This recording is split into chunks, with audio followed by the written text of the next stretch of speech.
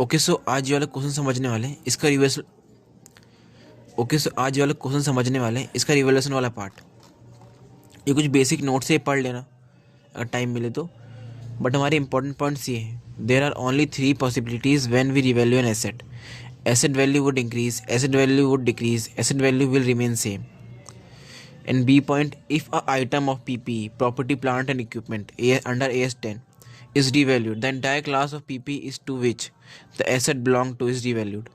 Class of PPE means it's a grouping of assets of similar nature and used in operations of an enterprise.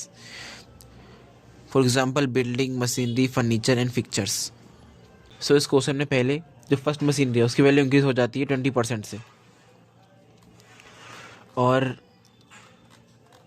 जिस समय मैं दिखाता हूँ अभी, पहले इस मशीन की वैल्यू 50,000 थी और फिर डिप्रिसिएशन लग गया 5,000, फिर 45,000 होगी मशीन की वैल्यू, और फिर डिप्रिसिएशन लग गया 5,000 का, फिर मशीन की वैल्यू होगी 40,000।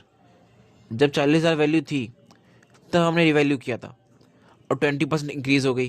कितनी इंक्रीज़ हुई होगी? 8,000 इंक्रीज़ हुई होगी। सीधी सिंपल सी बात है।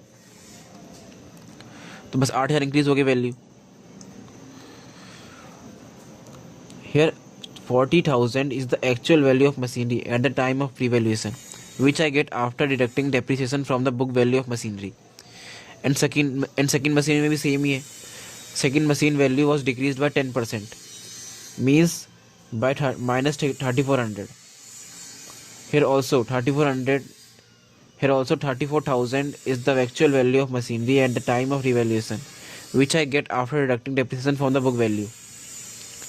By referring point B of important points, we will measure its overall basis, means we will calculate its net effect, which is 8,000 minus 3,400. इसे मैंने कहा था ना कि पूरी क्लास को करेंगे, तो मशीनरी को कर रहे हैं अगर, तो पूरी मशीनरी को करेंगे। 1 2 3 जितनी मशीनरी हमारे पास है सबको हम एक साथ मर्ज करके एक मशीनरी मानेंगे और फिर उसका नेट इफेक्ट करेंगे।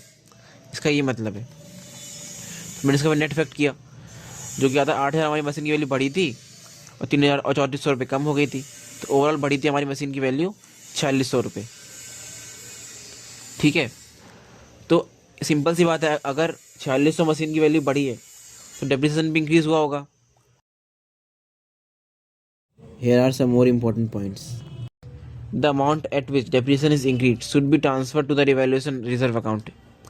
इसमें मेन पॉइंट ये वाला है, because it's not the real gain, क्योंकि ये एक्चुअल में कोई गेन तो नहीं हुआ है मशीनरी में। हमने बस कुछ कैलकुलेशंस करी, उससे पता चला कि मशीन की वैल्यू बढ़ गई है। हो सकता है अगले साल मशीन की वैल्यू फिर कम हो जाए, इसलिए कोई रियल गेन नहीं है। इसलिए जो इसका डेप्रिसिएशन भी है ना, वो भी हम ट्रांसफर करते हैं रिवैल्यूएशन रिजर्व अकाउंट में। इसका जो डेप्रिसिएशन भी है वो भी, ये इंक्रीज हुआ है, ये तो करेंगे ही करेंगे हम 4,600 रुपये। इसका जो डेप्रिसिएशन लगा है वो भी करेंगे ट्रांसफर साथ में हम 460 रुपीज़। अब कैलकुलेट करते हैं excess depreciation on first machinery. अब 6 पॉइंट में हम कैलकुलेट कर रहे हैं excess depreciation for the year 2018 to 2019। तो सिंपल हो जाएगा, 4,600 का 10% 460। लेकिन जो सेकेंड ईयर है 19 टू 20, इसमें थोड़ा कॉम्प्लेक्स है। फर्स्ट मशीनरी हमने हाफ ईयर में बेच दी थी, तो इसका जो डेप्रिसिएशन लगेगा ना वो हाफ ईयर का ही कैलकुलेट होगा, खाली हाफ ईयर का ही। एंड जो सेकेंड मशीन है उसको हमने नहीं बेचा था, जो सेकंड मशीन के ना वो तो ओवरऑल वूल ईयर का ही लगेगा।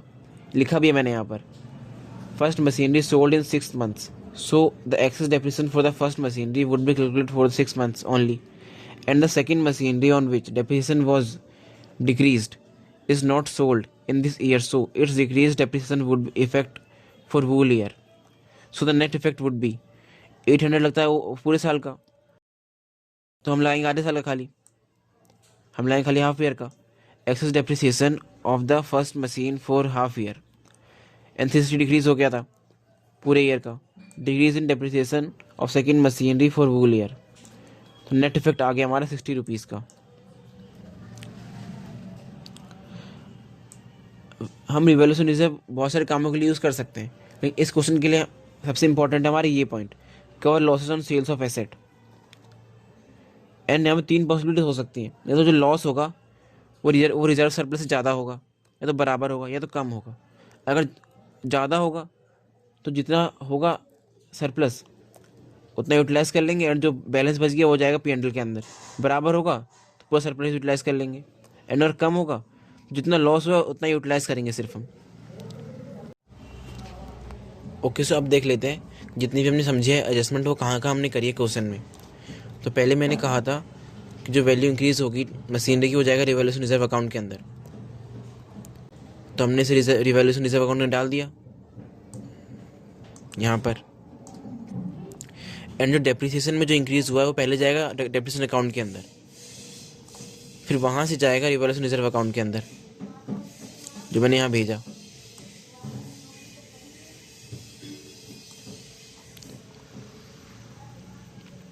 ठीक है, इस ईयर का तो कंप्लीट हो गया।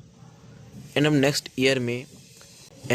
ईयर में हमने कर ली थी कैलकुलेशन कि 60 रुपीज़ बचे हमारे सरप्लस के, तो वो भी नेक्स्ट ईयर में जब हमने मशीन सोल्ड करी तब उसी दिन चले गए रिवॉल्यूशन रिजर्व अकाउंट के अंदर।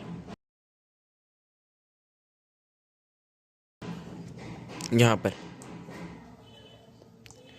अब जब हमने मशीनरी सोल्ड करी तो हमें कुछ लॉस हो गया, हमको लॉस हुआ जो कि यहाँ पे मैंने कैलकुलेट करा है। ये लॉस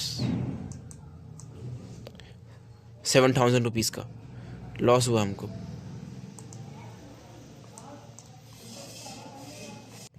एंड अब जितना ही बचा हमारा रिवैल्यूएशन का बैलेंस वो हमने ट्रांसफ़र कर दिया मशीनरी अकाउंट में to cover up the loss. Okay, इस केस में हमारा जो बैलेंस था टोटल बचा था सरप्लस का वो था 4,080 रुपीज़।